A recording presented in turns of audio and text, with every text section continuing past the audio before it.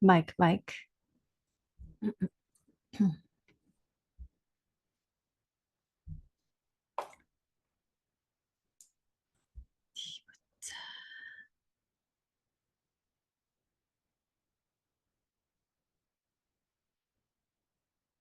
아, 아, 아. 제 목소리 잘 들리실 것 같고, 잠시만요. 고정. 오케이.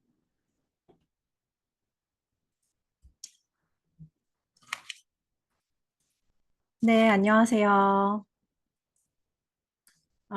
제가 10시 정각에 딱 시작하기로 말씀을 드렸는데, 오늘, 한 7분? 6분 정도 오시기로 하셨거든요. 한 1분만 더 기다리고 바로 시작하도록 하겠습니다. 혹시 제 오디오가 안 들린다거나 웨비나 진행할 때 뭔가 좀 문제가 있다 싶은 거 발견하시면 채팅창에 올려주시면 제가 좀 확인하도록 할게요.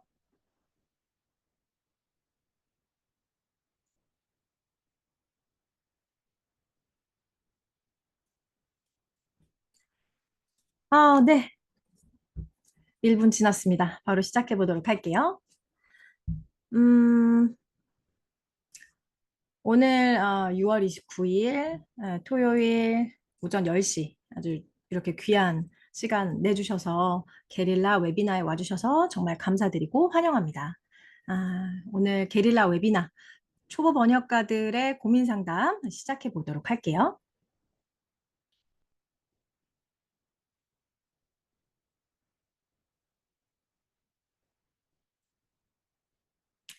지금 이제 화면이 보이실 건데 잠시만요. 제가 제 사이즈를 조금 수정하고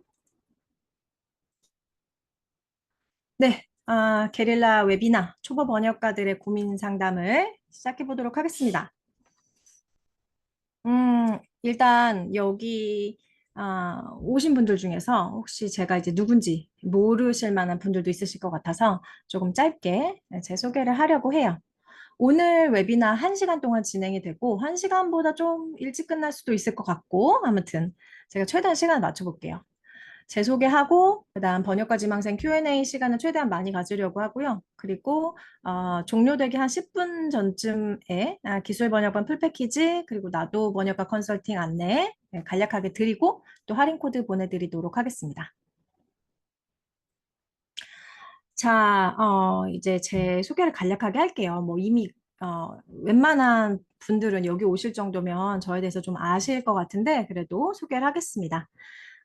올해 11년차 기술 번역가이고 올해 한 8월이 지나면 이제 12년 차에 접어들게 됩니다.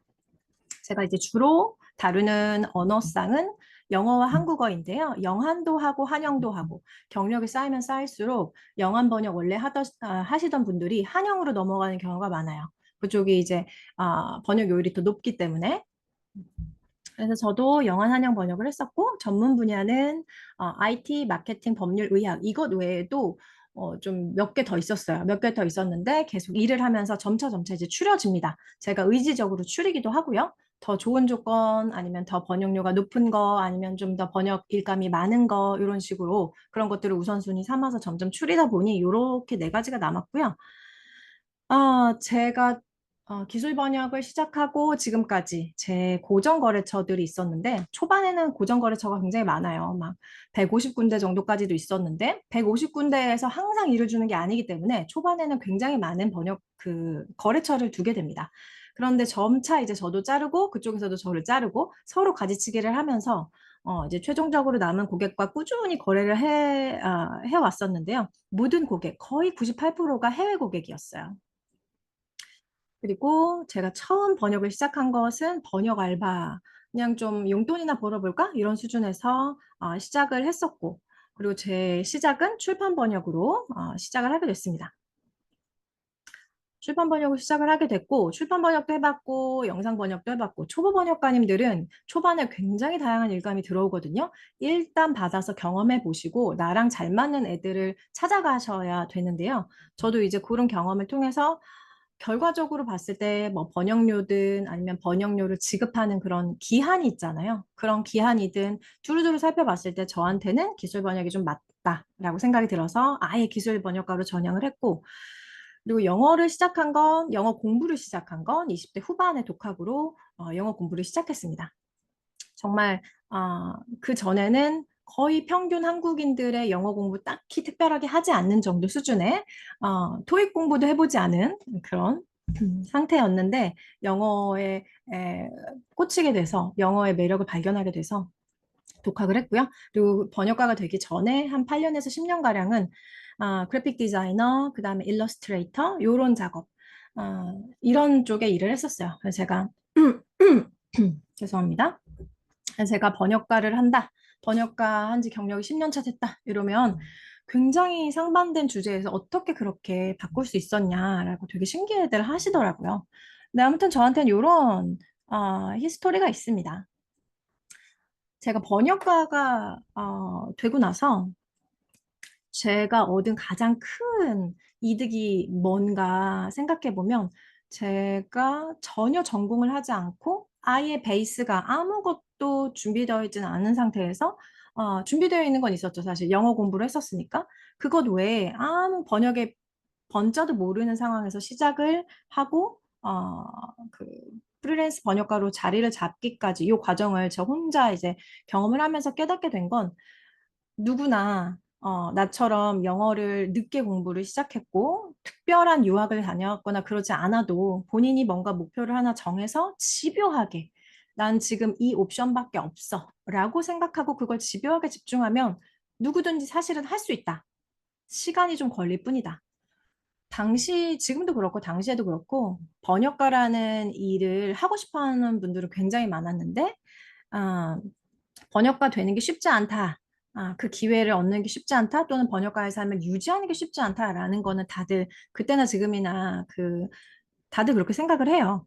그래서 일반적으로 생각했을 때 번역가로 데뷔하고 프리랜스 번역가로 살아가는 게 그렇게 쉬운 일은 아닌데 사실 목표를 집요하게 집중하면 그렇게 쉬운 일이 아닌 것처럼 보이더라도 내가 아무 어, 전공을 하거나 그런 베이스가 없더라도 본인이 원하는 목표가 있고 그것을 집요하게 집중하면 성취할 수 있다.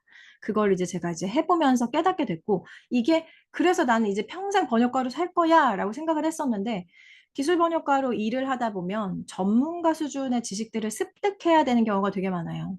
굉장히 전문가들이 봐야 되는 그런 문서들을 번역해달라라는 요구가 오고 초반에는 너 이거 잘할 수 있겠어? 라고 하면 내용을 봤을 때 도저히 못하겠다 싶은 게 아닌 이상 내가 공부해서라도 번역해야지 라는 마음가짐으로 일을 다 받았거든요. 그래서 공부를 하면서 번역을 하고 전문가들이 볼 법한 그런 자료들을 내가 공부하고 번역을 하다 보니까 굉장히 전문적인 지식들을 자연스럽게 습득하게 돼요. 기술 번역가들은. 그래서 세상이 굉장히 넓다는 걸 알게 됩니다. 이런 분야도 있네? 근데 이게 중요한 게, 예를 들어서 제가 어떤 기계공학적인 번역을 했고, 그 다음엔 법률 번역을 조금 하고, 이렇게 다양한 분야를 조금 이렇게 초반에 초보 번역가님들은 번역을 하게 되시는데, 나중에 얘네들이 서로 이렇게 연결이 되거든요. 그럼 이 시너지가 상당합니다. 시너지가 상당해서 세상이 이렇게 돌아가는구나. 지금은 이런 기술이 뜨는구나. 이 기술이 뜨면 이런 문제가 생기는구나. 이게 굉장히 세상을 보는 시야가 넓어지는 거죠. 그래서 난 그냥 번역가나 하고 내 입에 풀칠이나 하면 살고 싶었는데 라고 생각을 했지만 그냥 일을 하다 보니까 점점 내 시야가 넓어지고 내가 좀 성장하게 만들어주는 그런 일이다. 기술 번역가가. 그리고 뭐 나중에 뒷부분에서 말씀드리겠지만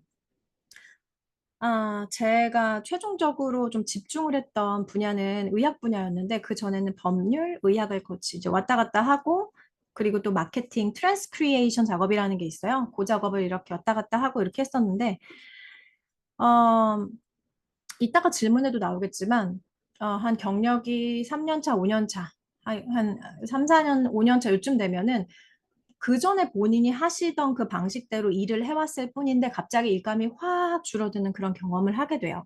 근데 신기한 게 지금 이 경험을 하신 질문을 주신 그분과 제가 그걸 느꼈던 그 시점이 분명히 시간대 차이가 있거든요. 근데 희한하게 그 정도 커리어를 가진 사람들이 그걸 한 번씩 겪는 걸 제가 보면 그 단계에 우리가 뭘 해야 되는지, 저는 그 단계에 무엇을 했는지 이따 말씀드리겠지만,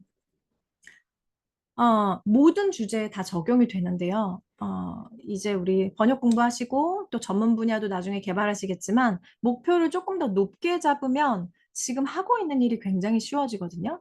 무슨 말이냐면, 만약에 법률 분야를 전문 번역으로 하고 싶으시다면 내가 변호사 정도 수준까지 내가 공부를 해야지라고 마음을 먹으시는 거예요. 진짜 그 고시 공부, 뭐 이제 로스쿨 준비를 하시라는 게 아니고 그 정도 수준까지 나의 그릇을 좀 크게 잡으시라는 거죠. 그리고 만약에 의학 번역을 내가 전문 분야로 나중에 삼고 싶어요 라고 하신다면 최소한 내가 이제 간호사 준비해야지라는 생각으로 내가 간호사 수준의 지식을 습득할 거야라는 그릇을 크게 잡고 공부를 하시고 그 번역에 접근하시면 그 의외로 좀 더 그렇게 그릇을 크게 잡고 목표를 좀 더 높게 잡고 내 전문 분야에 관련된 공부를 하시고 번역 연습을 하고 하는 이 활동들이 굉장히 쉽게 느껴져요. 그럼 나중에 공부하다 보면 그런 생각이 들거든요. 내가 이럴 바에 그냥 변호사 하겠다. 내가 이럴 바에 그냥 간호사, 뭐 알아보겠다. 간호사 하겠다. 싶을 정도까지 수준으로 내가 공부를 해야지라는 일단 그 정도의 이 마음의 준비를 하시라는 거예요. 정말 그 정도까지 사실 공부하지 않아도 되는데 일단 그런 정도 수준의 기준을 가지고 있는 사람과 그냥 대충 어떻게 해서든지 내가 일감을 받아야지 그냥 내가 지금 아는 이 낮은 수준의 전문 지식의 이 정도의 얕은막한 와중에 어떻게 해서든지 처리할 거야 라는 사람이랑 굉장히 큰 차이가 나요. 이런 생각을 하실 수도 있어요. 내가 변호사할 것도 아니고 변호사나 간호사할 것도 아닌데 또는 예를 들어서 어떤 다른 특정 전문 주제가 있다면 내가 그거 할 거 아닌데 그렇게까지 해야 돼요? 라고 생각하시겠지만 일단 그 분야의 전문 지식을 내가 그 정도 수준까지 쌓겠다라는 마음을 가지신 분들에게 굉장히 많은 기회가 와요. 왜냐면 사실 공부하는 거 너무 싫고 공부하는데 들이는 시간 너무 아깝고 그래서 실제로 내 시간을 투자해서 본인의 전문적인 소양을 이렇게 차곡차곡 올리시는 분들이 많지 않아요. 그래서 그분들이 일감을 거의 다 받아가시는 거거든요. 또는 그들이 받는 일감의 번역료가 굉장히 높은 수준이에요. 그래서 그 이야기는 이제 연결해서 말씀드리도록 하겠습니다. 이따가 나와야 되는 내용인데 여기서 지금 먼저 잠깐 말씀을 드리고 이제 질의문답 시작해 볼게요. 초보 번역가님들 그리고 이 번역가 우리 지망생님들이 번역 시장에 들어가서 내 자리를 만들기 시작하려면요. 뭐 요즘 그 회사에 취직하는 것도 마찬가지겠지만 그것도 마찬가지겠지만 이미 판이 다 짜여져 있고 이미 이 번역 업계에 사람들이 다 자기 자리를 차지하고 있어요. 요 와중에 틈새를 찾아 들어가야 되거든요. 모든 사업을 하시건 나중에 뭔가 장사를 하시건 다 마찬가지라고 생각을 해요. 이미 짜여져 있는 판에 내가 나의 깃발을 꽂고 나의 영역을 만들어서 내 땅 따먹기에 내 영역을 좀 높이고 싶으시면 일단 틈새를 찾으셔야 돼요. 그래서 초보 번역가가 자리를 잡으려면 틈새를 찾아 들어가셔야 된다. 이 마인드로 우리가 출발을 해야 된다. 지금 뭔가 다른 게 올라오는 것 같은데 지금 제가 전혀 안 보여서. 그래서 틈새 번역가로 자리를 잡으시려면 틈새를 찾아야 내 번역가 자리를 찾아가실 수가 있다. 틈새 찾기를 해야지라고 마음을 먹으시고 틈새가 뭐야 그러면 지금 시장에서 내가 들어갈 만한 틈새는 뭐지? 어떤 주제지? 그 질문을 이제 하셔야 된다는 거예요. 그런데 더 중요한 건 번역 실력 또는 번역 경험 이 두 가지가 전혀 준비가 되어 있지 않으면 내가 틈새를 기가 막히게 찾았어. 근데 여기에 내 명함을 내밀 수가 없어요. 내 번역 실력이 있고 그리고 번역 실력이 있어야 번역 테스트에 통과를 하거든요. 번역 실력이 있고 그다음 내가 번역 실력은 있는데 번역 경험이 전혀 없어. 그런데 네가 나한테 일감을 준다면 내가 정말 잘할 자신 있거든. 이걸 증명해내야 돼요. 근데 증명해낼 수 있는 방법이 이미 많이 아시겠지만 번역 봉사인데 이 번역 경험도 충분해야 되고 여기에 번역 실력은 이미 깔려 있어야 되고 요 준비된 상태에서 템스 시장을 찾아서 내 명함을 내미는 거죠. 나 요런저런 초보 번역가거든? 나 번역 봉사 이만큼 했어. 그리고 내가 번역 훈련 충분히 했는데, 내가 이런저런 전문 지식도 쌓았고, 나한테 번역 테스트 기회 한번 줘볼래? 이렇게 우리가 명함을 내밀 수 있게 되는 겁니다. 그래서 번역가 지망생님, 초보 번역가님들은 요즘은 굉장히 시대가 빨리 변하고 있잖아요. 근데 과거에도 변했어요. 그리고 앞으로도 변할 거예요. 우리가 하여간 뭔가 이미 짜여진 판에 나의 깃발을 꽂으시려면 항상 틈새를 찾으셔야 된다. 그래서 틈새를 공략하자. 그 마인드로 접근하시면 되겠습니다. 자, 우리 초보 번역가님들의 고민 상담을 해보도록 할게요. 혹시 지금 뭐 채팅이 딱히 올라온 거는 없는 것 같은데, 그쵸? 자, 그러면 우리 보내주신 질문 한번 볼게요. 첫 번째 질문은 이건데요. 프리랜서로 번역 일감을 받으려면 제일 먼저 잡코리아 이런 곳에 들어가서 번역 이렇게 쳐가지고 거기에 검색되는 채용 공고를 봐야 되나요? 라고 하셨어요. 저도 이렇게 번역 일을 시작했어요. 저는 처음에 번역가 될 생각이 없었고 그냥 용돈이나 벌고 싶었고 영어가 너무 재밌었고 그리고 번역을 연습 삼아 몇 번 해봤고 그래서 저도 처음에 이제 잡코리아 이런 데 들어가서 번역 키워드로 채용 공고를 봤거든요. 음, 채용 공고를 보시는 거 되게 좋은 방법인 것 같아요. 근데 보통 이런 채용 공고 보시면 어떤 업체들이 나오냐면요. 보통은 이런 업체들이 많이 나와요. 요즘은 좀 다양해진 것 같은데 예전에는 보통 이제 출판 번역 하는 업체들이 많이 나왔거든요. 출판 번역하는 업체들이 많이 나왔었는데, 어, 그리고 요즘 가끔 보면 뭐 기술 번역도 보이기도 하고, 기술 번역인데 굉장히 전문 분야 올라오는 걸 제가 가끔 봤어요. 그 뭐 특허라든지 아니면 뭐 법률 번역이라든지 요 주제 자체도 굉장히 전문적인데 여기에다가 게다가 한영 번역을 구한다. 어, 보통 한국인들은 영한 번역을 먼저 시작해요. 영한 번역이 한국인들에겐 더 쉽게 느껴집니다. 그리고 한국인들에게는 한영 번역이 더 어렵게 느껴져요. 그래서 보통 영한 번역 하다가 한영으로 넘어가는 경우가 많아요. 만약에 해외파, 유학파라면 한영이 더 쉽다고 해요. 이런 차이가 있는데 일단 잡코리아 같은 데 들어가셔서 키워드로 채용 공고 보시는 거 전 도움이 된다고 생각합니다. 보시고 거기에서 중요하게 생각하셔야 될 부분이 뭐냐면 어떤 조건을 그들이 내세우고 있는지 여기에 주목하시면 돼요. 아, 내가 지금은 준비가 안 됐는데 이제 앞으로 준비할 때 저런 조건을 갖춰야 되겠구나. 이런 가이드라인을 가지고 계시면 돼요.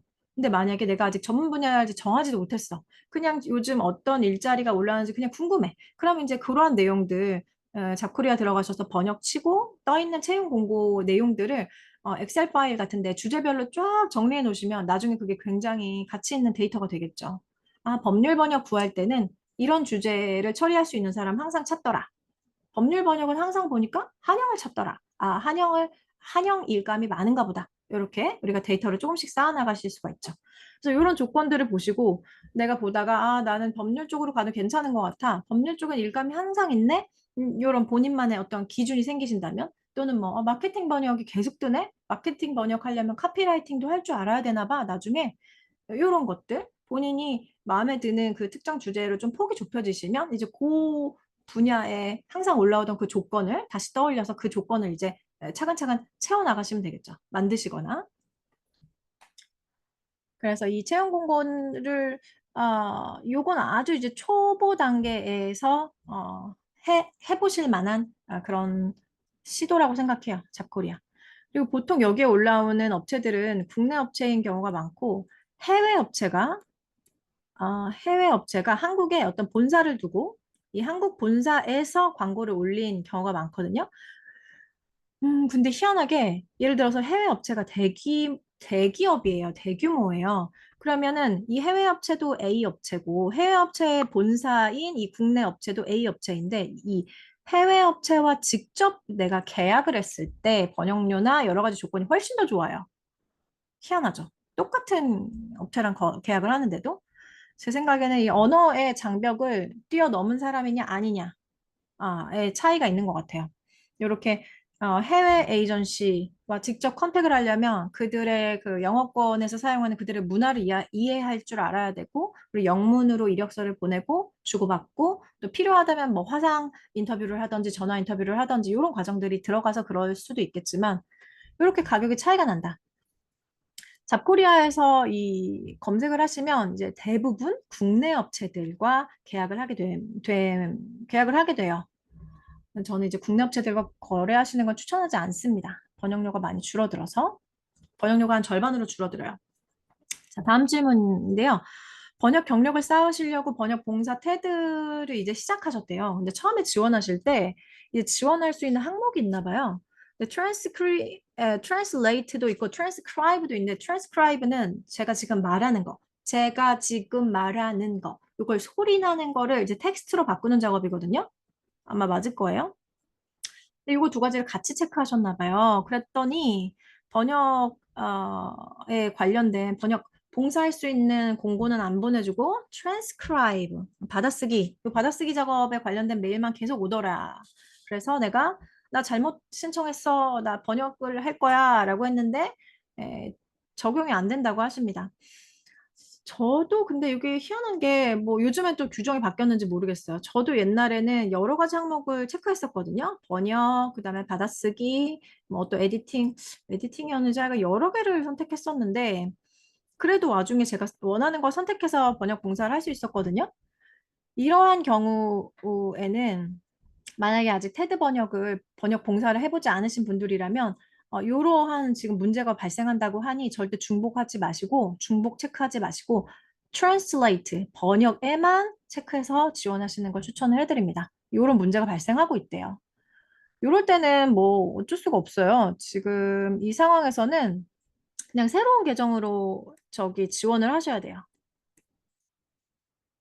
지금 테드에 내가 저기 번역 봉사를 신청했는데, 음, 예를 들어서 내 계정 A라는 계정으로 저 번역 봉사 할래요라고 지원서 보냈는데 이거 자꾸 거절하는 거죠. 그리고 이쪽에서는 A는 받아쓰기 번역 봉사하는 사람이야라고 딱 인식을 해버린 거예요.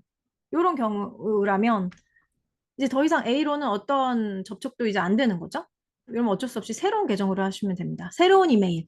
그들과 내가 그전에 주고받은 적이 없는 새로운 이메일 또는 새로운 개인정보로 접근하셔야 됩니다. 뭐 듀얼 넘버를 새로 만드신다거나, 요 회원가입하실 때 개인정보를 아마 입력하실 것 같은데, 개인정보를 아마 입력하시겠죠?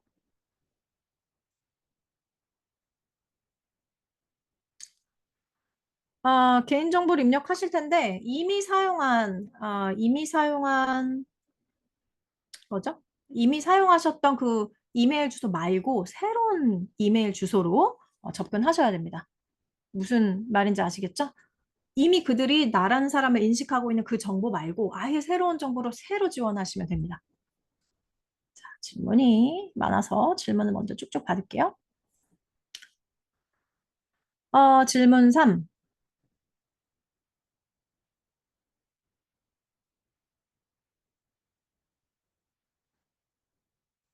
2019년부터 전업 프리랜스 번역가로 일을 하고 계시다. 언어상은 영한이고, 그리고 전문 분야는 IT, 마케팅, 법률 분야로 일하고 계셨다. 근데 2023년 하반기부터 일감이 급격하게 들었다고 하시네요. 그리고 이분이 추측하기로는 일감이 왜 줄었을까 생각을 해보니까 이 업체에서 이 해외 에이전시 이 업체에서 웹2를 사용하고 있었나 봐요. 지금 제가 예상되는 웹2의 개념이 있는데, 일단 이 해외 에이전시에서 웹2를 계속 사용하고 있었는데, 그래서 유연성이 떨어져서인지 아니면 AI 기술 때문에 그 뭐죠? 기계 번역 후작업 이런 것들이 늘어나서 일감이 줄어든 건지, 본인이 이제 원인을 파악해서 이걸 해결하고 싶으신데 어떻게 해야 되는가, 음, 어떤 부분을 준비해야 되는가, 이런 부분을 질문을 해주셨어요.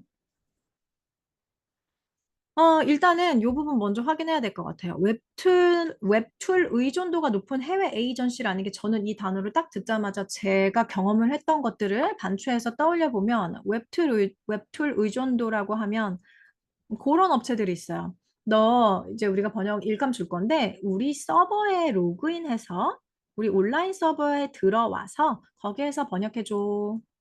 아니면 자기네들의 어떤 뭐랄까요? 지금 웹툴이니까 온라인에 연결된 거겠죠? 온라인 상에서 뭔가 이 내 번역물을 자꾸 여기 와서 처리하라는 거예요. 이거 왜 시킬까요? 기업 이 해외 에이전시에서? 이거 뭐 당연하죠. 얘네들이 데이터베이스를 쌓고 있는 거예요.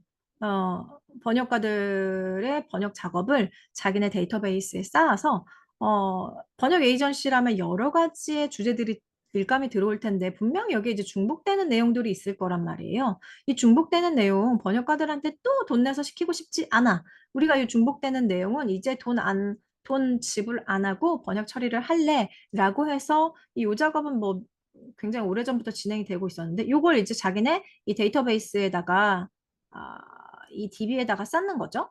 쪼쪼쪼쪼. 요 작업을 번역가가 했던 거예요. 제 예상되기로는 그렇거든요.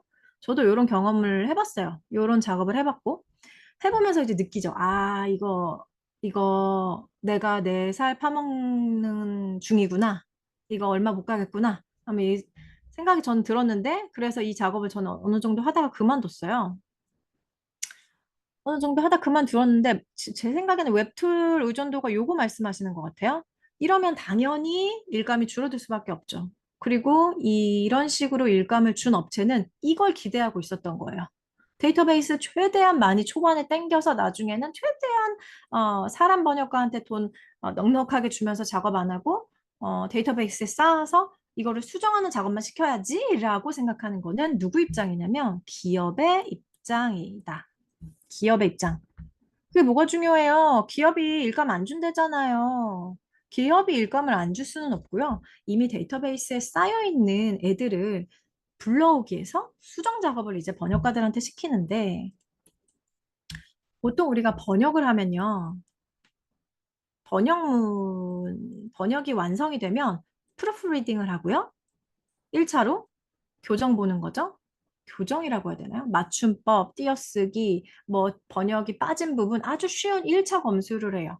그 다음에 리비전이라고 해가지고 번역의 오역이라든지 세밀하게 뉘앙스가 달라졌다든지 번역 품질에 문제가 있을 것 같은 그런 부분, QA라기보다 뭐 이 두 작업이 다 QA 들어가겠죠?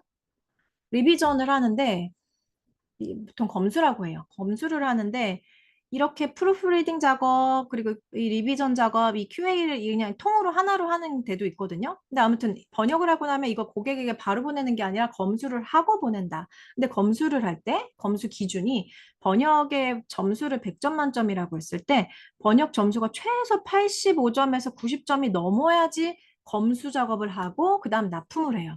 근데 만약에 점수가 60에서 70점 정도 또는 60점 미만으로 나오는 경우가 충분히 있어요. 이러면 번역가한테 너 이 작업 다시 해.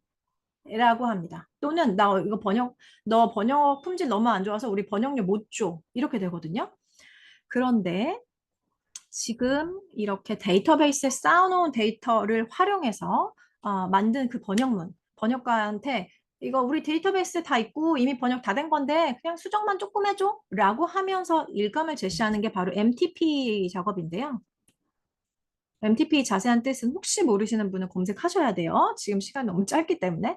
MTP 작업을 그 작업이 이 작업인데 MTP 작업 해보면 아시겠지만 완성도가 60%도 안 됩니다. 이 사람들이 어떤 할인표 같은 걸 줘요. 아무리 할인표고 뭐고 그냥 MTP 작업이 일반 그냥 번역하는 것보다 훨씬 더 수고로워요. 근데 기업 입장에서는 야, 우리 중복되는 단어 이미 번역돼 있으니까 너한테 이 돈 다 못 줘.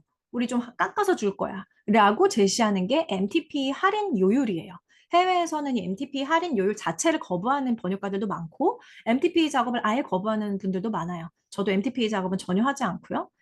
초보 번역가 같은 경우는 MTP 작업을 할 수밖에 없겠지만 이게 하면 할수록 나한테 마이너스가 된다라는 걸 생각하시면서 하셔야 돼요.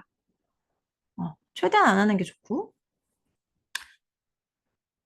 그래서 제가 말씀드리고 싶었던 바가, 어, 지금 AI 초보 번역가 입장에서는 초보 번역가들이 처리할 수 있는 이 일감의 수준이 MTP 작업이 전혀 필요하지 않은 여전히 아직도 사람이 일일이 번역하고 있는 전문 분야들이 있거든요. 그 분야의 일들은 웬만하면 초보 번역가한테 오지 않아요. 그래서 MTP 작업이 전부인 것처럼 보이지만 그렇지 않다. 그것은 지금 초보 번역가 입장에서만 봤을 때 그래 보이는 것이고 여전히 전혀 기계 번역을 사용하지 못하는 분야가 많다. 저도 그 기계 번역을 전혀 사용하지 못하는 그 작업을 했었고요. 그래서 지금 생각되는 거는 일단 혹시나라고 저는 이제 모르니까 우리 번역가님이 혹시 어떤 부분 문제가 있는지 번역 실력에 지금 내 번역 실력에 문제가 있는 건 아닌가? 그 부분 일단 점검하시고 괜찮은 것 같아. 내 번역 실력. 그렇다면 시장 조사를 하셔야 돼요. 내가 그 기존에 써먹었던 무기들로는 지금 시장 상황에 적응하는 게 어려운 상황이 돼버린 거잖아요. 그러면, 지금 내가 가진 이 기술로 번역가로 먹고 살려면 내가 주제를 바꿔야 되나? 시장 조사를 먼저 하시라. 요즘 어떤 일감이 새로 들어오고 있지? 이 시장 조사를 하실 때, 구인 공고를 꾸준히 관찰을 하셔야 되는데요. 한 달은 사실 너무 짧아요. 왜냐면 어떤 일감, 되게 중요한 일감. 예를 들어서 내가 이 일감을 하나 물면 이 일감 여파가 2, 3년이 가요. 2, 3년 동안 내가 이 계약을 해서 일감을 2, 3년 동안 연결해서 받는단 말이에요. 어떤 경우는 계속 받아요. 그렇게 중요한 그 기회들이 1년에 한, 많이 뜨면 두 번? 두세 번? 또는 어떨 때는 막 2년에 한 번? 근데 경력이 어느 정도 있는 분들은 딱 감이 오거든요. 작년에 이런 공고 떴고, 올해에도 뜨겠다. 1년을 보는 거예요. 그래서 최소한 시장 조사하실 때 한 달은 너무 짧고, 최소 3개월에서 6개월 정도 내 할 일 하면서 관찰하시라는 거예요. 지금 시장이 이렇게 변하고 있어. 이쪽 공고가 계속 떠. 이 주제로 내가 미리 준비를 좀 해야 되겠다. 그리고 이것보다 조금 더 앞서서 준비하고 싶으신 분들은 시장 조사하는 되게 쉬운 방법이 있어요. 기술 번역가들은 새로 등장하는 기술의 여파로 번역 일감이 생기는 경우가 되게 많거든요. 그래서 새로 어떤 기술이 등장했다더라. 그리고 이 기술을 뭐 의학 분야에 적용한다더라. 또 뭐 어떤 교육 분야에 적용한다더라. 뭐 환경, 친환경 분야에 적용한다더라. 막 이런 것들이 있는데 이런 소식을 미리 읽어두시면 앞으로 이런 쪽에 어, 사업이 한국에 많이 생기겠구나, 또는 이런 쪽의 사업이 한국으로 들어오겠구나, 그럼 번역이 필요하겠구나, 이런 것들을 미리 작업을 해 놓으실 수가 있거든요. 기사를 보자. 기사 같은 것을 시간을 내셔서 특히 산업, 기술, IT, 일단 마케팅 이쪽 분야는 시간을 내서 하루에 뭐 너무 시간이 없다 그러면 최소 5분, 10분은 계속 봐두시면 지금 세상이 어떻게 돌아가고 있고 앞으로 이런 기술이 뜰 테고 이런 기술 뜨면 그쪽으로 번역이 생길 수밖에 없고 내가 그 사람들이 나를 필요로 하기 전에 내가 이미 준비되어 있는 사람이라면 그 사업이 예를 들어서 미국의 어떤 대기업이 어떤 기술을 만들었는데 이게 대박이 나서 한국으로 이제 들어온단 말이에요. 그럼 한국으로 들어오기 전에 얘네가 밑작업을 해요. 우리 프로젝트 이거 처리할 사람 찾아야 되겠네? 그러면은 그 관련된 담당자들이 서치를 한단 말이에요. 구글 검색을 하던 프로즈닷컴에 들어가서 번역가를 찾건 링크드인에 들어가서 이미 존재하는 번역가들 중에서 내가 필요한 그 키워드로 처리할 만한 적절한 인재를 찾건 그때 검색되면 그 사람이 나한테 컨택이 오거든요. 너 네 홈페이지 우리 들어가 봤는데 이런 쪽에 커리어가 있던데 우리가 이런 프로젝트가 있거든? 이런 식으로. 그래서 미리 준비할 수도 있다. 근데 일단은 시장 조사를 먼저 하셔야 된다.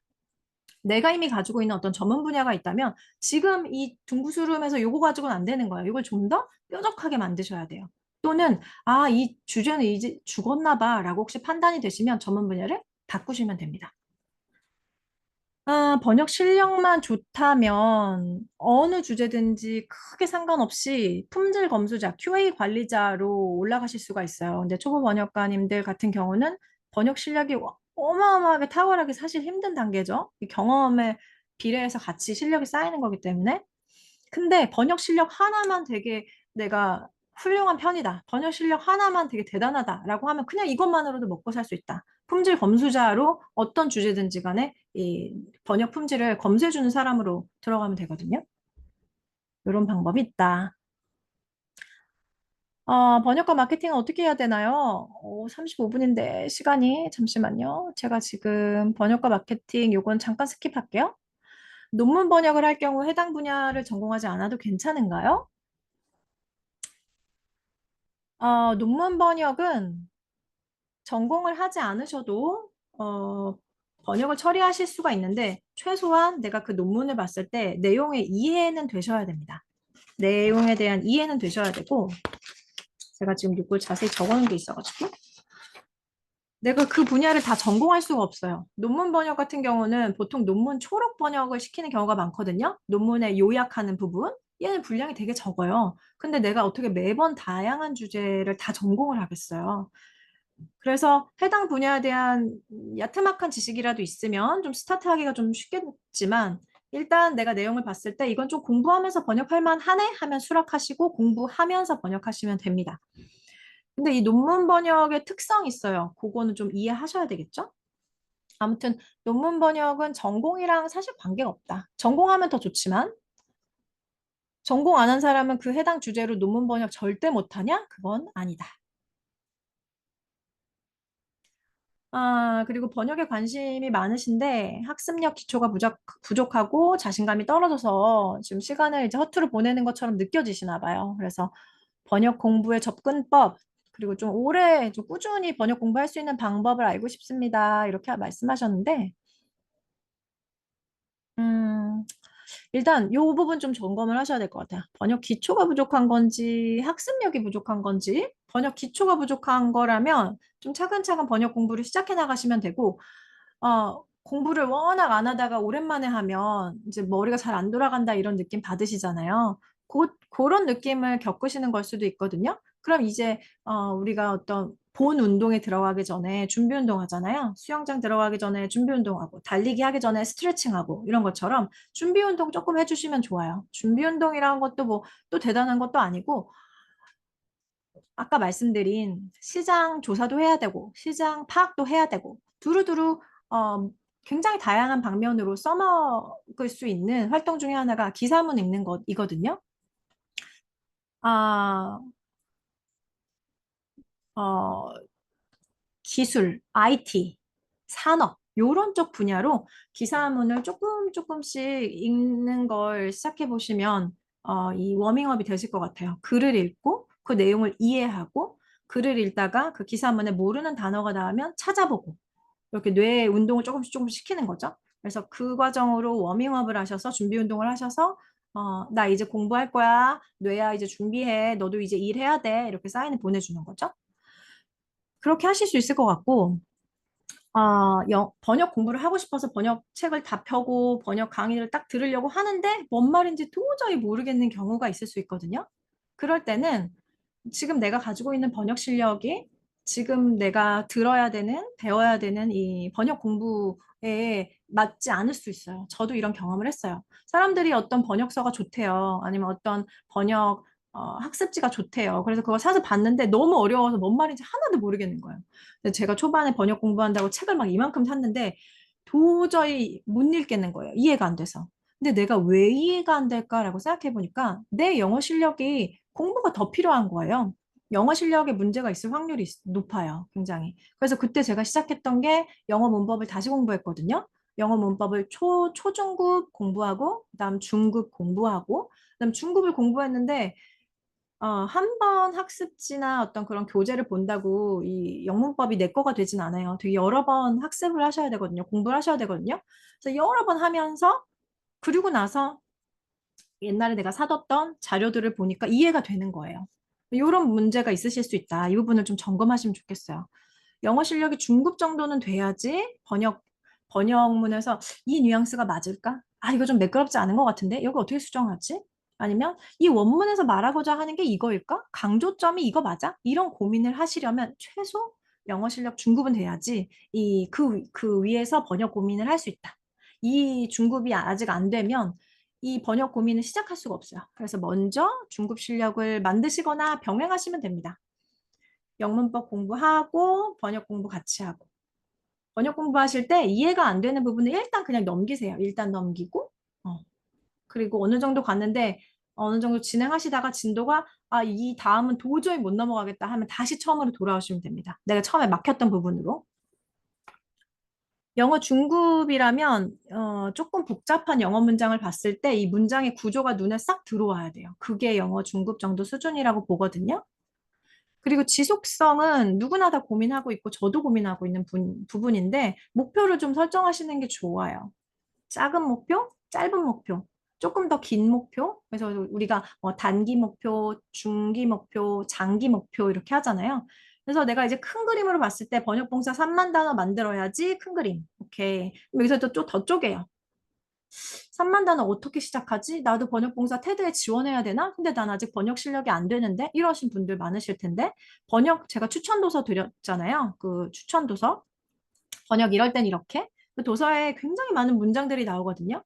그 문장을 나도 한번 직접 번역을 해보는 거예요. 그냥 그 번역을 하지 하고 하면 절대 실행을 못 하기 때문에 하루에 내가 몇 단어 번역할 수 있을까 기준을 세우세요. 10단어 아니면 50단어. 그럼 내가 하루에 50단어, 일주일에 4일은 할 수 있을 것 같아요. 그럼 하루에 50단어씩 주 4일. 그렇게 한 달 하면 한 달에 800단어가 나오거든요.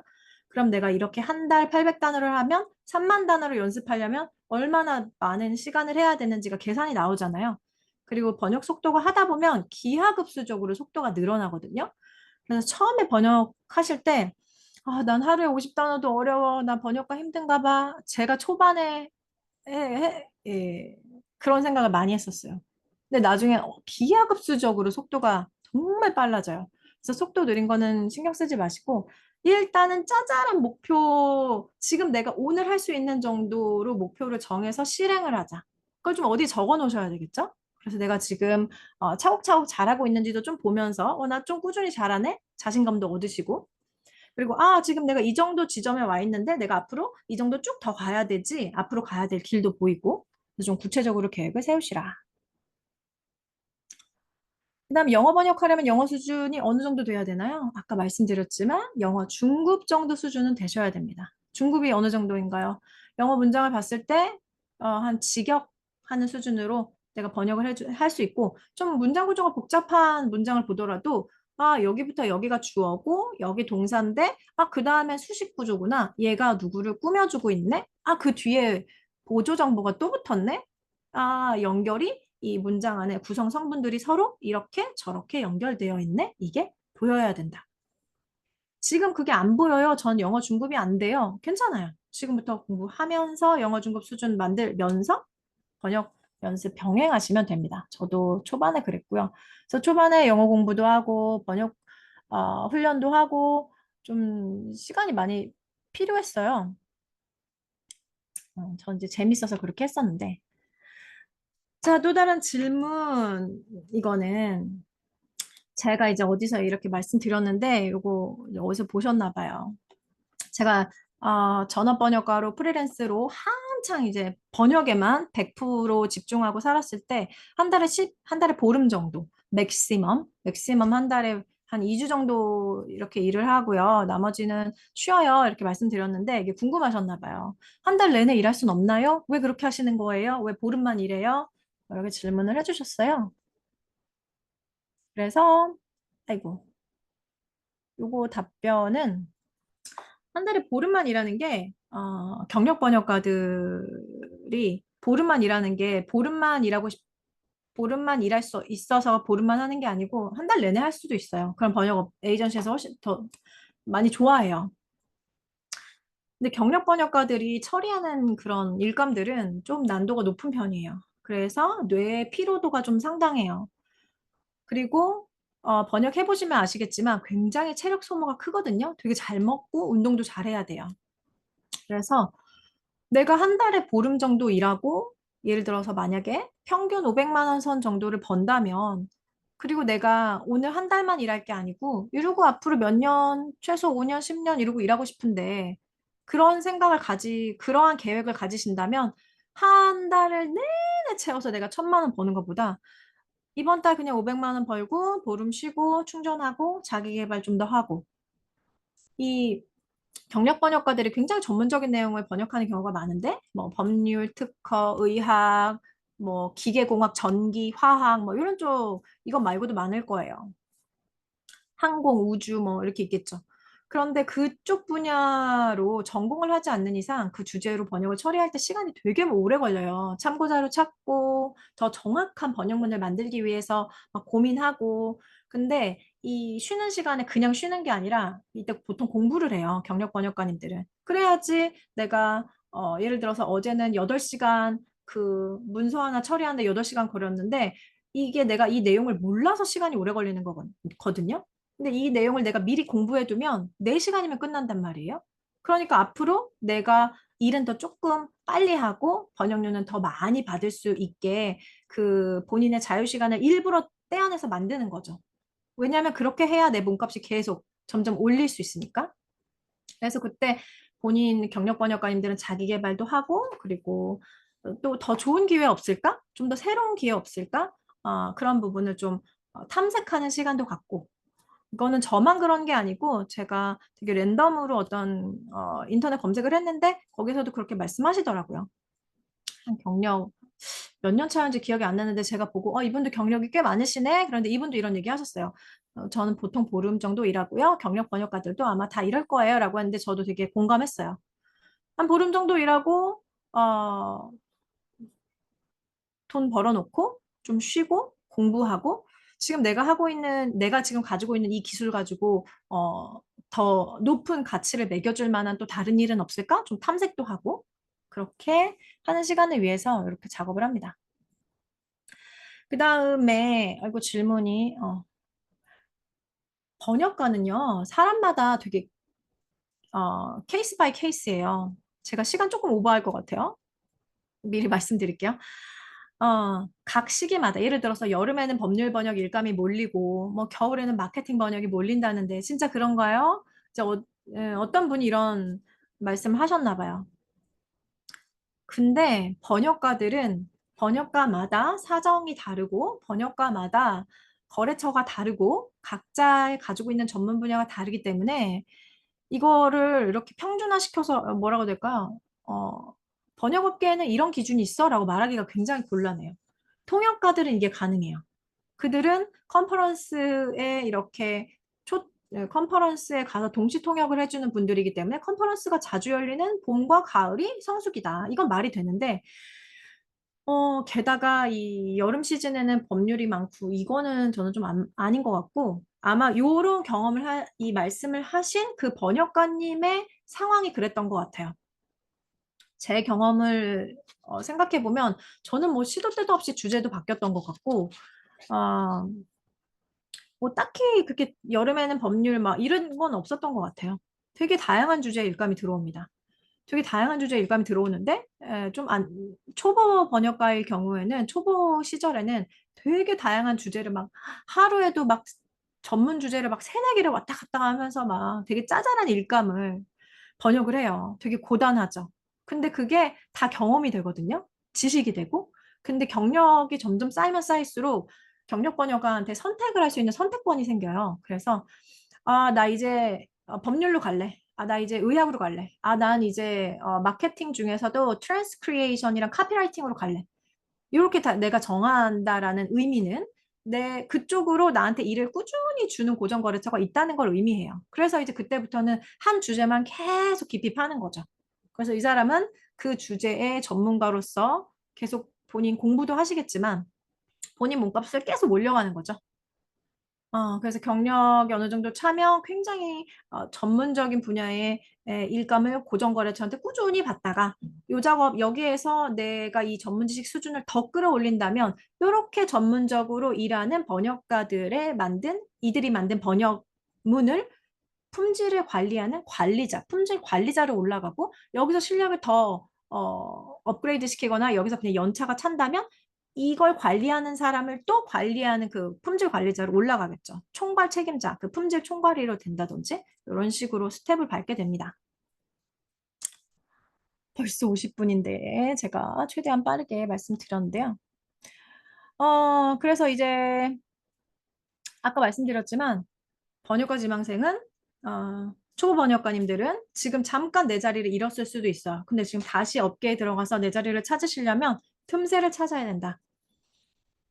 틈새를 찾으려면 제일 먼저 시장 조사를 하셔라. 그리고 지금 내가 가지고 있는 그 전문 분야가 좀 너무 뭉툭하다. 내가 아는 정도의 전문 분야 이 지식은 이 정도 수준은 좀 다들 가지고 있는 것 같아. 만약에 이런 판단이 드신다면 여기에 전문 지식 수준을 좀 더 끌어올리셔야 되겠죠. 내가 이쪽 분야에 대해서는 거의 준 전문가급이야 라고 말할 수 있을 정도로. 여기에 이제 당연히 마케팅적으로 이제 필요한 요소들이 있는데 일단 알맹이, 본질이 있어야지 마케팅을 하겠죠. 그래서 틈새를 공략하셔야 된다. 틈새 공략하는 것이 되게 중요한, 여러분 틈새를 공략하셔야 됩니다 라고 이제 큰 방향을 제시했는데 그럼 갑자기 막 틈새를 공략하시면 안 돼요. 먼저 점검해야 되는 건 번역 실력이 내가 준비가 돼 있나 이거 점검하시고 아직 안 됐네 이거 만들어야겠다. 번역 실력 만드시고 그다음에 번역 경험이 내가 번역을 해본 연차가 2년 미만이신 분들은 일단 번역 경험도 충분히 만드셔야 돼요. 번역 봉사 충분히 하셔서 내가 번역 훈련 충분히 한 사람이야. 내가 경력은 없는데 내가 번역 이거 뭐 예를 들어서 3만 단어, 5만 단어, 10만 단어 이거 번역 봉사 하면서 나 실력 많이 다졌어. 이런 부분들을 미리 증명한 내용을 이력서에 넣어놔야 번역 에이전시에서 얘 초본데 한번 기회 줘볼까? 번역 테스트 한번 보세요. 이렇게 기회를 잡을 수 있게 됩니다. 그리고 이어볼게요. 시간을 최대한 맞춰볼게요. 어, 지금 제 이야기를 듣고 더 이제 질문 있으실 것 같아요. 질문 있으시죠? 제가 일단 이 기술 번역 풀 패키지 간략하게 소개하고 추가적인 질문을 좀 더 받아보도록 하겠습니다. 기술 번역반 풀 패키지는 1년 과정인데 제가 원래 초급, 중급반을 이렇게 운영했었어요. 초급반은 8주, 중급반도 8주인데 사실은 기술 번역 훈련을 하려면 한 1년 정도는 해야 돼요. 1년 정도를 정말 빡시게 했다. 막 이런 느낌으로 해야 되는데 일단 제가 이제 저도 강사로 전업으로 이렇게 막 할 생각이 전혀 없었기 때문에 초급반 정규 과정 막 만들어 달라고 계속 요청이 와서 초급반 만들고 중급반 만들었는데 사실은 초급, 중급을 다 들으셔야 되는데 이렇게 초급반 듣고 이거 딱 끝나면 중급반 듣는 분들이 막 많지 않더라고요. 그러면 이게 어떤 부작용이 생기냐면 공부를 어정쩡하게 한 상태로 이제 나는 공부했어라고 본인이 이제 착각을 하시는 거죠. 그리고 이제 지원했는데 떨어지는 거예요. 그러면 또 지원하시거나 아니면 나 공부가 더 필요한가 봐로 가셔야 되는데 난 아닌가 봐 하고 이제 포기하는 경우. 또는 또 딴 데 가서 괜히 이제 헤매게 되는 경우가 많이 생기는 걸 보고 뭐 어떻게 해야 될까 고민을 하다가 초급, 중급을 합쳤어요. 그리고 초급과 중급의 레벨에 좀 격차가 있어서 중간에 초급 강화 내용을 넣어서 초급, 초급 강화, 중급, 그 다음에 번역 봉사 이렇게 해가지고 자연스러운 흐름으로 1년 정도 훈련하실 수 있게 만든 과정이고요. 여기에 이제 번역 실습을 하는 것도 있고 번역 실습을 내가 직접 해보셔야 돼요. 번역은. 그래서 번역 과제물 드리고 번역 과제물 작성하시면 그것에 대한 수강생들의 여러 가지 실수들이 나와요. 그 자주 발생하는 실수, 희한하게도 정말 공통점이 많아요. 그래서 그런 내용들의 해설을 제가 이제 또 보내드리고 풀 패키지 안에 제가 이 기술 번역반, 초급, 중급반 운영하면서 여러 가지 특강을 많이 만들었거든요. 그 특강들을 원래 다 개별적으로 판매를 했는데 이것도 그냥 다 하나로 합쳤어요. 왜냐면 이 기술 번역가로 데뷔하기 위해서 다 알아야 되는 내용인데 내가 매번 여러분 이거 번역 일감 받는 법 특강 사세요. 이게 중요해요. 또 막 이거 중요해요. 막 매번 그렇게 광고하고 홍보하는 게 너무 힘들기도 하고 다 하나로 합쳐버렸어요. 사실은 다 필요한 거거든요. 다 아셔야 되는 내용인데. 그래서 기술 번역 업계가 어떻게 돌아가는지를 알아야 내가, 이렇게 접근해야 되겠구나라고 해서 뭐라 해야 될까요? 내 포지션을 정하실 수가 있고 전략을 세우실 수가 있어요. 그래서 되게 중요한 내용이에요. 기술 번역 업계를 이해하지 않고 마냥 기술 번역만 공부하시면 어떤 결과가 빚어지냐면 나의 번역 실력이 좋은 걸 업체가 아는데 업체가 되게 낮은 번역료를 불렀는데 나는 뭣도 모르니까 예스 해서 그냥 물었단 말이에요. 오퍼를. 그러면 계속 착취를 당하는 그런 구조가 만들어져요. 그럼 절대 안 되죠. 업계를 이해하고 알맹이인 번역 실력을 만들어 나가는 번역 실습 강의 보고, 그다음 번역 과제 하시고, 그리고 전문 분야를 앞으로 찾아 나가야 되는데 어떻게 찾아 나가야 되는지, 그리고 번역 경험이 없는데 경험 어떻게 쌓아야 되는지, 그리고 실제로 번역 실력이 좀 만들어졌다, 좀 어느 정도 실력이 다져졌다. 그때 번역 봉사를 이제 우리 수강생님은 이쪽 방향이 맞으실 것 같아요. 여기로 가세요. 뭐, 이 수강생님은 이쪽으로 접근해 보세요. 이 주제로 최소 몇 단어는 해보세요. 이렇게 제가 이제 코멘트를 드릴 건데, 그런 식으로 번역 봉사의 방향을 제시해 드릴 거고, 그리고 이제 품질을 제가 모든 분들을 다 그분이 번역하신 예를 들어 저한테 수강생이 10분 있는데 각각 막 5만 단어씩 이걸 제가 50만 단어를 다 확인할 수 없으니 이렇게 랜덤으로 품질을 체크하려고 해요. 그래서 특히 초반에 랜덤으로 봐서 우리 수강생님은 여기 주어를 처리하는 게 좀 어색해요. 이 부분 더 신경 쓰세요. 막 이렇게 코멘트를 드릴 예정입니다.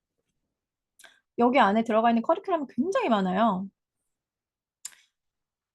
60시간 3,200단어. 그리고 이 60시간은 앞으로 더 늘어날 것 같아요. 60시간은 이 풀패키지 1년 과정의 커리큘럼, 교육 시간이 총 60시간이에요. 근데 지금 제가 이 강의 업데이트를 계속 하고 있는데 점점 더 많이 늘어날 예정입니다.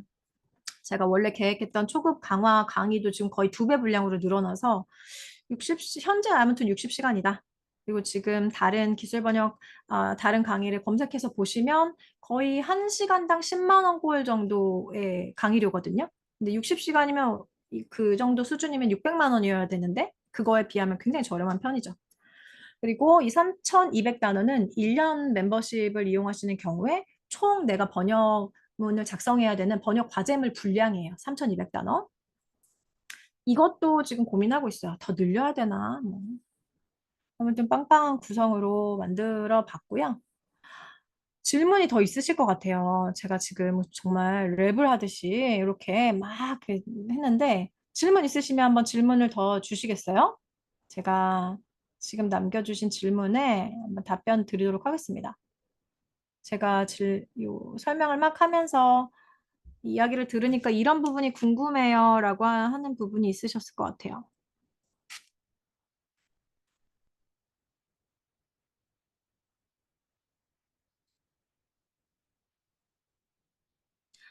럭키님의 요거는 제가 지금 우리가 영어 문법 문장을 체크하는 시간은 아니어가지고 요거는 궁금하신 것 같아서 제가 이메일로 따로 보내드릴게요. 답변을. 지금 이 자리에 오신 분들은 다양한 질문이 있으실 것 같은데 아마 지금 쓰고 계시지 않을까 싶습니다.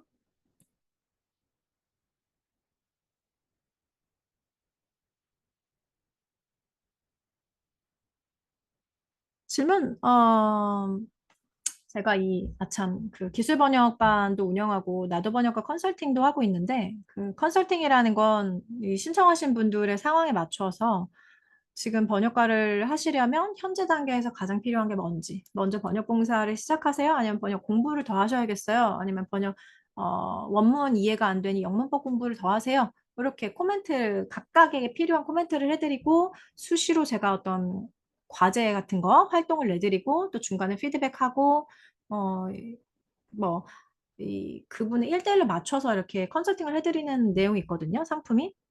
근데 품이 되게 많이 들어가는 서비스예요. 그래서 제가 소수로 수강생님을 봤는데, 원래 제가 수강 접수 마감을 해놨다가 지금 다시 열어놨거든요. 혹시 필요한 분들도 있으실 것 같아서. 어,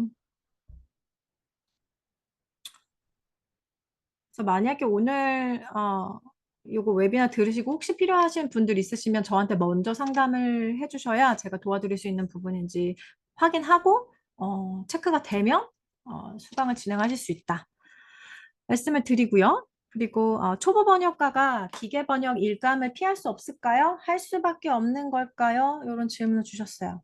음, 만약에 내가 지금 초보 번역가다. 지금 이 시대에 MTP 작업만 넘쳐난다. 꼭 이걸 해야 되냐? 아까 말씀드렸지만, 만약에 초보 번역가인데 MTP 작업을 피하고 싶다 하신다면, MTP 작업을 안 하고 일단 내 생계를 꾸릴 수 있는 옵션은 다른 걸 찾아야 되겠죠. 번역 일감 중에서. 근데 초보 번역가들의 번역 실력이 일을 하면서 차츰차츰 늘어요, 이게. 그래서 MTP 작업을 100% 피하기는 좀 어려우실 것 같고, 그래도 최소한 어느 정도 내 용돈, 일단 내 오늘의 생활을 버틸 수 있을 최소 자금은 마련해야 되잖아요.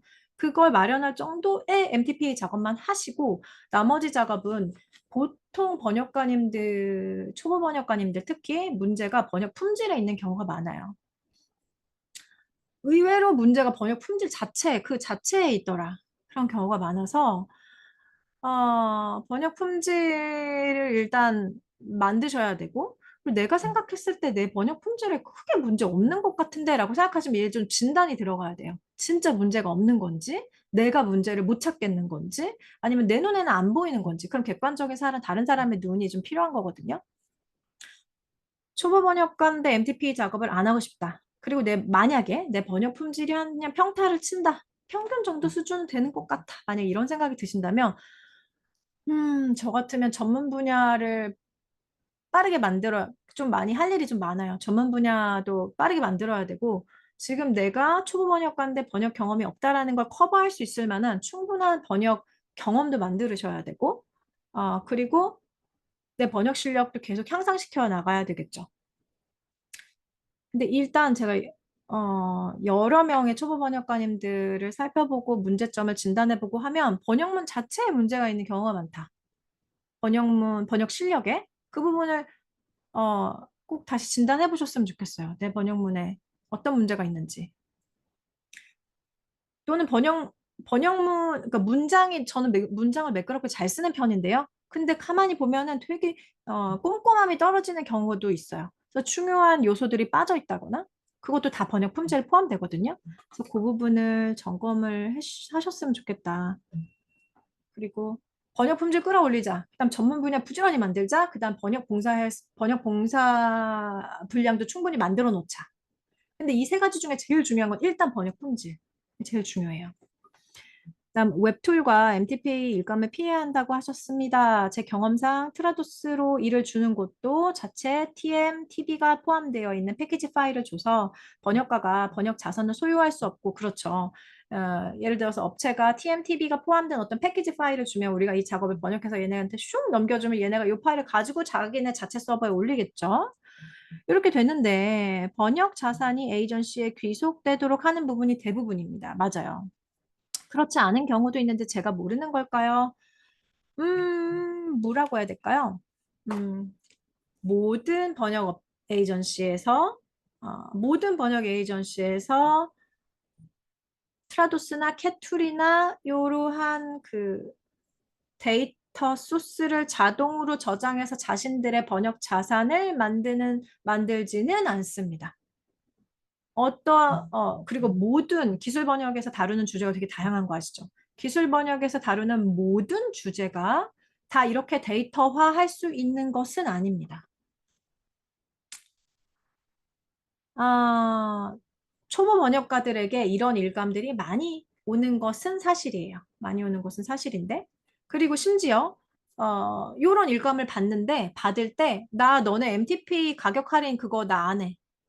또는 내가 MTP 요율 해외 업체와 거래하시는 경우 MTP 요율을 알려줘라고 하는 곳도 많거든요. 저한테는 거의 대부분 업체가 MTP 한 3, 40%는 자기네 MTP 할인율을 그냥 딱 제시하고 너 수락할래 말래 이러는 경우도 있는데 제가 최종적으로 얘네랑 거래해야 되겠다. 나의 고정 거래처는 너너너야 라고 선택한 업체들은 저한테 먼저 물어봤었어요.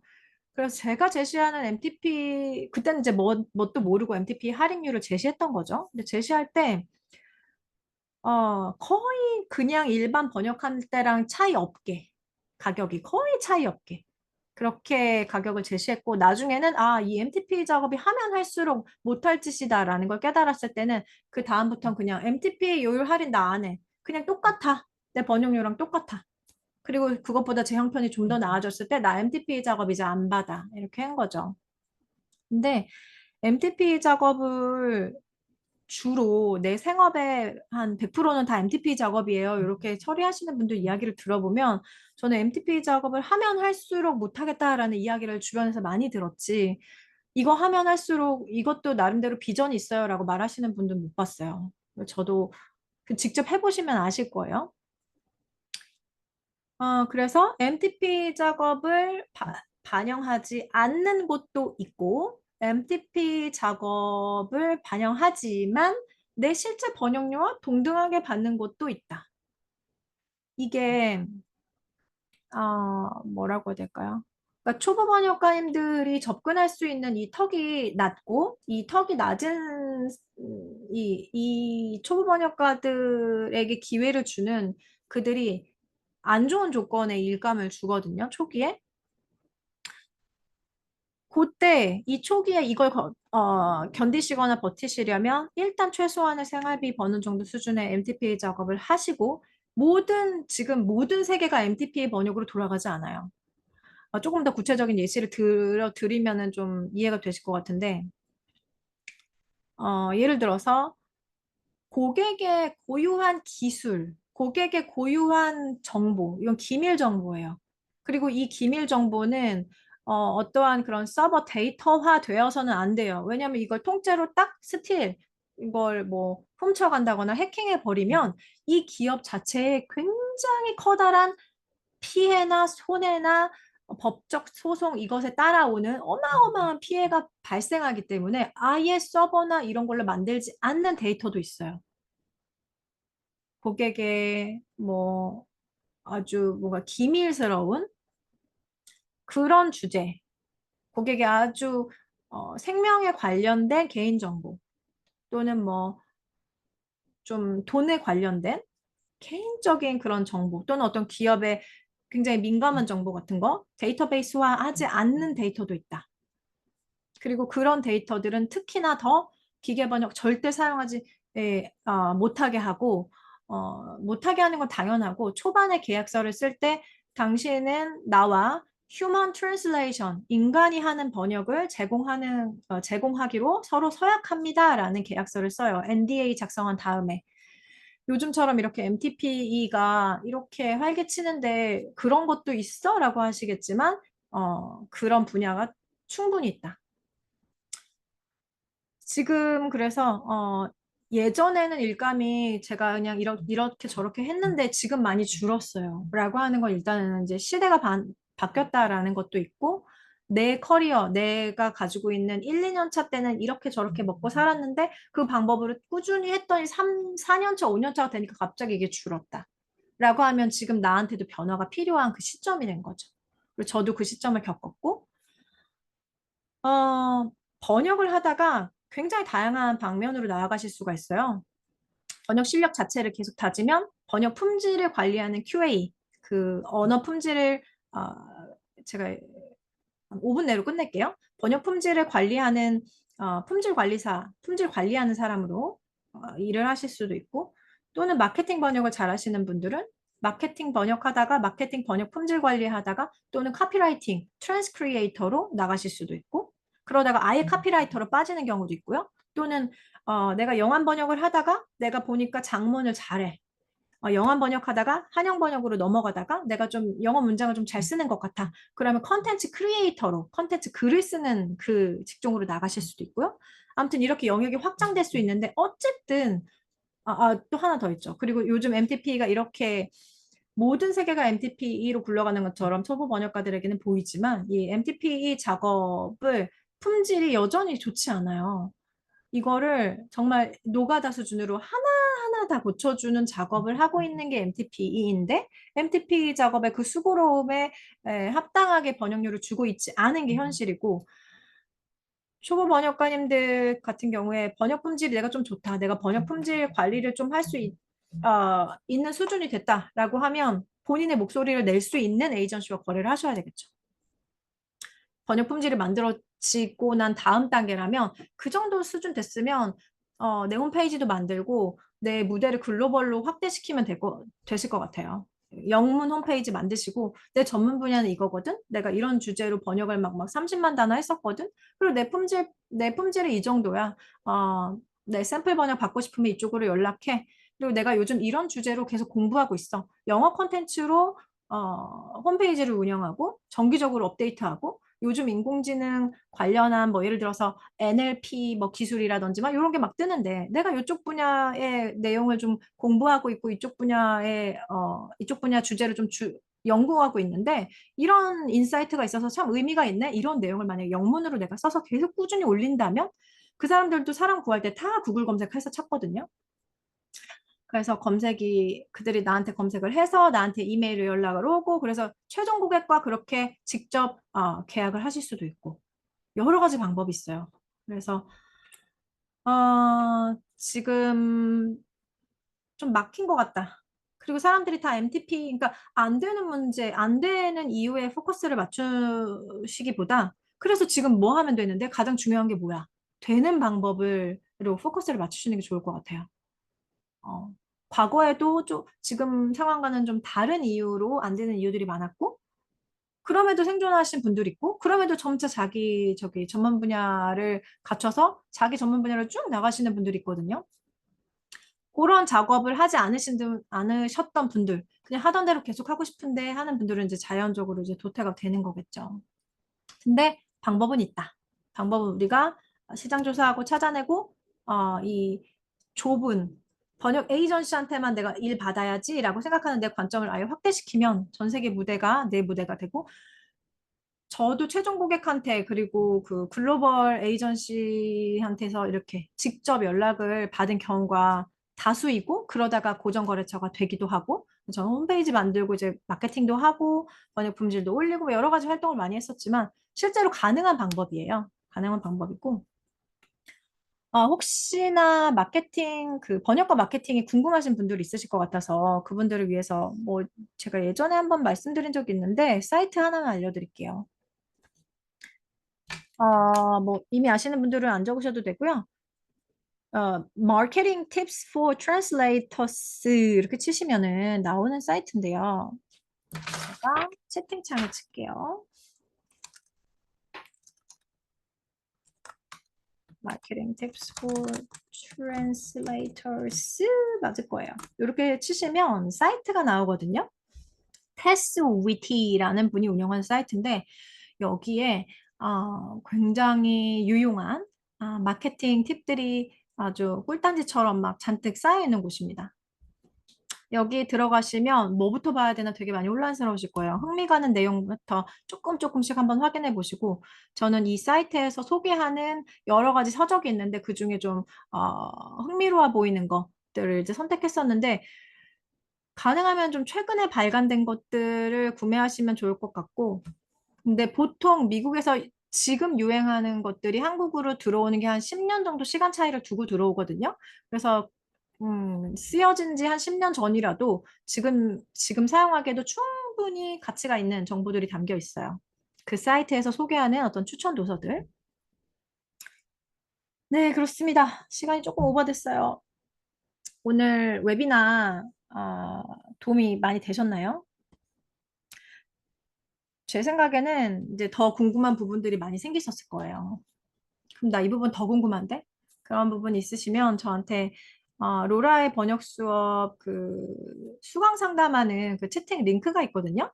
제가 이 영상 다시 보기 하실 수 있게끔 이메일 발송할 때 그 수강 상담하는 링크를 보내드릴게요. 그쪽을 통해서 수강 상담이 아니더라도 추가 질문 거기에 남겨주시면 됩니다. 오늘 웨비나가 도움이 되셨다면 여기 채팅창 있거든요. 채팅창에 참심한 소감을 좀 남겨주시겠어요?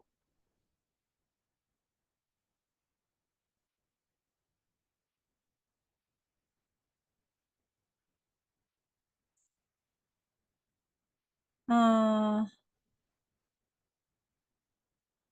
제가 너무 말을 빨리 했나요? 이게 한 1시간 반 분량 정도 되는 것 같아요. 제가 시간 너무 짧게 잡았어요. 토요일 오전 시간을 막 2시간 정도 뺏는 거는 아닌 것 같아서 1시간으로 했는데, 아이고, 새벽 4시에 오셨구나. 충분히 더 궁금한 사항 있으실 거예요. 저한테 제가 다시 보기 영상 그 링크 담은 이메일에다가 저한테 더 질문하실 수 있는 그 채팅창 링크를 드릴 테니까 거기에선 좀 개인적으로 저한테 더 질문을 보내주셔도 됩니다. 아고 병원에 검진 오셨구나. 정신없는 가운데 막 여기저기서 정말 이렇게 귀한 시간을 참여해 주셔서 정말 감사드립니다. 여기서 분명 해소되지 못한 부분 저한테 추가적으로 질문 보내주시면 제가 또 답변 드리도록 할게요. 건강검진 안전하게 조심히 잘 받으시고요. 오늘, 오늘 즐거운 건강한, 편안한 토요일, 주말, 미국이면은 지금 이제 금요일인가요? 편안한 주말 되시길 바라겠고요. 여기 지금 5만 원 할인 코드를 드렸어요. 이거 제가 유효 기간을 8월 말까지 해놨거든요. 8월 말까지 해놨고 기술 번역 풀 패키지를 원래 뭐 두 달에 한 번 개강합니다. 막 이렇게 했었는데 이제 개강하는 스타일을 조금 바꾸려고 해요. 그래서 조금 약간 게릴라식으로 그때그때 막 이렇게 할 건데 아무튼 요거 사용하실 수 있습니다. 기술 번역 풀 패키지, 나도 번역가 컨설팅, 5만 원 할인 코드 요거 쳐주시고요. 이 코드도 제 이메일에 같이 담아서 보내드릴게요. 오늘 함께 해주셔서 정말 너무 감사드립니다. 여러분 모두 수고하셨습니다. 들어가세요. 안녕. 감사합니다. 감사합니다. 조심히 들어가세요.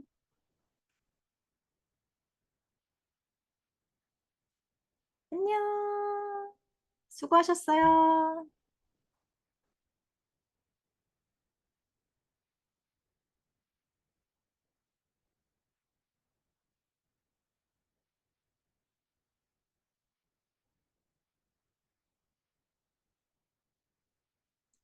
나가셔도 됩니다.